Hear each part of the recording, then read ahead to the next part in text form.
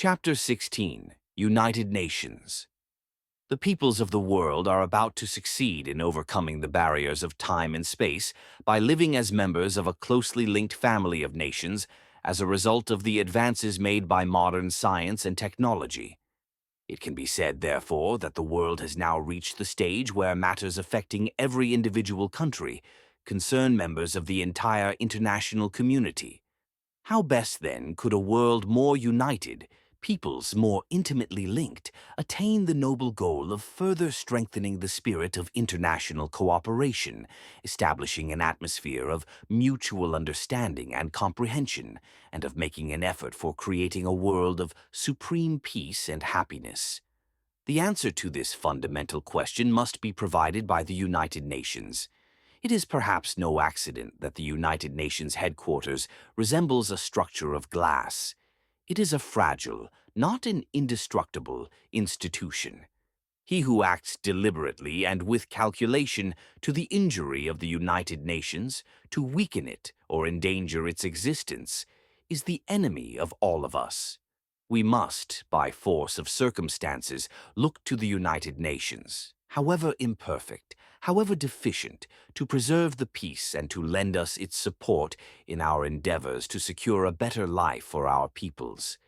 We must concentrate our efforts, little or great, to the achievement of its stated ends, for only thus can we secure our free and continued existence.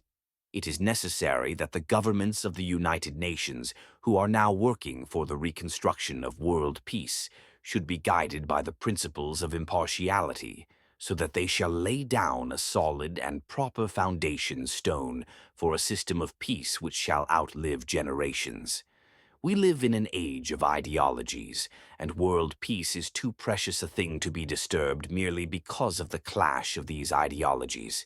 It is an entirely different matter, though, when one country attempts to interfere in the internal affairs of another. We believe that if all nations make the Charter of the United Nations the basis of their international relationships, all can live in peace and harmony in spite of their differences. The great powers, while prepared to use the United Nations when it suits their convenience, have been equally willing to ignore and bypass it and act independently of it when their interests so dictated.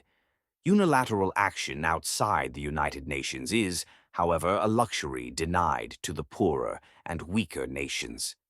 But in the face of world opinion, massed in support of right and justice, we venture to suggest that even the great nations, powerful as they are, will hesitate. Let us not delude ourselves. It is not the great powers that need or benefit from the existence of the United Nations. It is the small powers which depend on and require and demand that it live. It is we who have the most to gain through the successful achievement of its goals. It is we who have the most to lose should it one day be relegated to a tidy niche in history.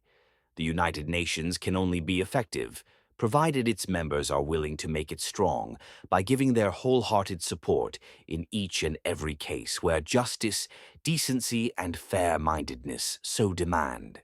The Charter of the United Nations expresses the noblest aspirations of man: abjuration of force in the settlement of disputes between states, the assurance of human rights and fundamental freedoms for all without distinction as to race, sex, language, or religion, the safeguarding of international peace and security. But these two, as were the phrases of the Covenant, are only words.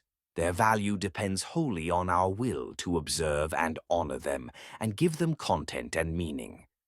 The record of the United Nations during the few short years of its life affords mankind a solid basis for encouragement and hope for the future. The United Nations still provides the essential escape valve without which the slow buildup of pressures would have long since resulted in catastrophic explosion. Its actions and decisions have speeded the achievement of freedom by many peoples on the continents of Africa and Asia. Its efforts have contributed to the advancement of the standard of living of peoples in all corners of the world. For this, all men must give thanks. If we are to survive, the organization has got to survive.